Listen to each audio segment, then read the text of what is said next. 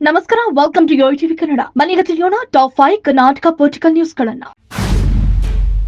ಈ ಶತಮಾನದ ನಿಜವಾದ ಕಟ್ಟಪ್ಪ ಅಂದ್ರೆ ಅದು ನಿಮ್ಮ ತಂದೆ ಮಲ್ಲಿಕಾರ್ಜುನ ಖರ್ಗೆ ಅವರಿಗೆಂದು ವಿಧಾನಸಭೆಯ ವಿಪಕ್ಷ ನಾಯಕ ಆರ್ ಅಶೋಕ್ ಅವರು ಸಚಿವ ಪ್ರಿಯಾಂಕ್ ಖರ್ಗೆ ಅವರನ್ನ ಲೇವಡಿ ಮಾಡಿದ್ದಾರೆ. ಸ್ವಾಮಿ ಪ್ರಿಯಾಂಕ್ ಖರ್ಗೆ ಅವರೇ, ಭಾರತೀಯತೆಯೂ ಇಲ್ಲದ, ರಾಷ್ಟ್ರೀಯತೆಯೂ ಇಲ್ಲದ ನಿಮ್ಮ ನಕಲಿ ಗಾಂಧಿ ಕಾಂಗ್ರೆಸ್ ಪಕ್ಷ 10 ವರ್ಷಗಳಿಂದ ಈ ದೇಶದ ಅತಿದೊಡ್ಡ ಕಾಮಿಡಿ ಸಿನಿಮಾ ಆಗಿದೆ. ಈ ಸೂಪರ್ ಹಿಟ್ ಕಾಮಿಡಿ ಸಿನಿಮಾದ ಸ್ಟಾರ್ ಕಾಮಿಡಿಯನ್ ಯಾರು ಎಂದು ನಾನು ಪ್ರತ್ಯೇಕವಾಗಿ ಹೇಳಬೇಕಾಗಿಲ್ಲ ಎಂದು ಅವರು ಟೀಕಿಸಿದ್ದಾರೆ.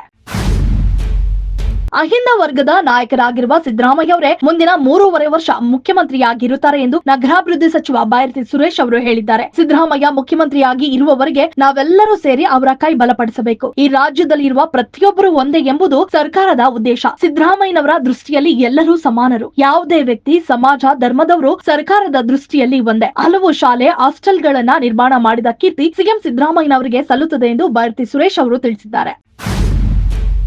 ಪಕ್ಷದ ರಾಜ್ಯಾಧ್ಯಕ್ಷನಾಗಬೇಕೆನ್ನುವ ಬಯಕೆ ನನಗಿಲ್ಲ ಎಂದು ಜೆಡಿಎಸ್ ಯುವ ಘಟಕದ ರಾಜ್ಯಾಧ್ಯಕ್ಷ ನಿಖಿಲ್ ಕುಮಾರಸ್ವಾಮಿ ತಿಳಿಸಿದ್ದಾರೆ. ಸುದ್ದಿಗಾರರೊಂದಿಗೆ ಮಾತನಾಡಿದ ಅವರು, ಜೆಡಿಎಸ್ ಪಕ್ಷದ ರಾಜ್ಯಾಧ್ಯಕ್ಷ ಸ್ಥಾನ ಸೇರಿದಂತೆ ಇತರ ಯಾವುದೇ ಹುದ್ದೆಗೆ ಅಪಹಪಿಸುತ್ತಿಲ್ಲ ಎಂದರು. ಜೆಡಿಎಸ್ ರಾಜ್ಯಾಧ್ಯಕ್ಷ ಬದಲಾವಣೆ ಕುರಿತು ಪಕ್ಷದ ವೇದಿಕೆಯಲ್ಲಿ ಯಾವುದೇ ಚರ್ಚೆಯಾಗಿಲ್ಲ. ಎಚ್.ಡಿ. ಕುಮಾರಸ್ವಾಮಿ ಅವರು ಕೇಂದ್ರ ಸಚಿವರಾಗಿದ್ದು ಪಕ್ಷದ ರಾಜ್ಯಾಧ್ಯಕ್ಷರಾಗಿದ್ದಾರೆ. ಜೆಡಿಎಸ್ ರಾಜ್ಯಾಧ್ಯಕ್ಷ ಸ್ಥಾನ ಬದಲಾವಣೆ ಮಾಡುವಂತಿದ್ರೆ ಪಕ್ಷದಲ್ಲಿ ಹಿರಿಯರು, ಅನುಭವಿಗಳು ಕೂಡ ಇದ್ದಾರೆ, ಅವರಿಗೆ ಆದ್ಯತೆ ನೀಡಲಾಗುತ್ತದೆ ಎಂದು ಹೇಳಿದ್ದಾರೆ.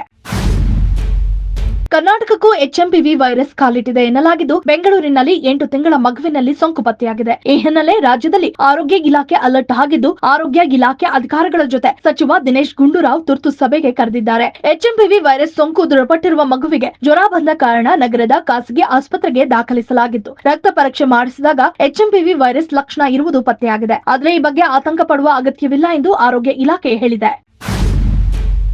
ಕರ್ನಾಟಕ ಗಂಡಸರು ಮುಂದಿನ ಚುನಾವಣೆಯಲ್ಲಿ ಕಾಂಗ್ರೆಸ್ಗೆ ಮತ ಹಾಕಬಾರದು ಎಂದು ವಿಜಯಪುರ ಶಾಸಕ ಬಸವನಗೌಡ ಪಾಟೀಲ್ ಯತ್ನಾಳ್ ಆಕ್ರೋಶವನ್ನ ವ್ಯಕ್ತಪಡಿಸಿದ್ದಾರೆ. ಹೆಣ್ಣು ಮಕ್ಕಳಿಗೆ ಉಚಿತ ಕೊಟ್ಟು ಗಂಡಸರಿಗೆ ಹೆಚ್ಚಿನ ದುಡ್ಡನ್ನ ಹಾಕಿದ್ದಾರೆ. ಗಂಡಸರು ಏನು ಪಾಪ ಮಾಡಿದ್ದಾರೆ? ಇದು ಹೆಣ್ಣು ಮಕ್ಕಳಿಗೂ ಅನ್ಯಾಯವಾಗುತ್ತಿದೆ. ಮಕ್ಕಳು, ಮನೆಯ ಯಜಮಾನರಿಗೂ ಕೂಡ ಅನ್ಯಾಯವಾಗುತ್ತಿದೆ. ಇವರ ರಕ್ಷಣೆ ಮಾಡಬೇಕು ಎಂದ್ರೆ ಹೆಣ್ಣು ಮಕ್ಕಳು ಕೂಡ ಮುಂದಿನ ದಿನಗಳಲ್ಲಿ ಕಾಂಗ್ರೆಸ್ಗೆ ಮತ ಹಾಕಬಾರದು ಎಂದು ಕಿಡಿಕಾರಿದ್ದಾರೆ. If you like this video, ಬೇಗ ಲೈಕ್ ಮಾಡಿ, ಕಾಮೆಂಟ್ ಮಾಡಿ, ಶೇರ್ ಮಾಡಿ ಹಾಗೂ ಯೋಯೋ ಟಿವಿ ಕನ್ನಡವನ್ನು ಸಬ್ಸ್ಕ್ರೈಬ್ ಮಾಡಿ.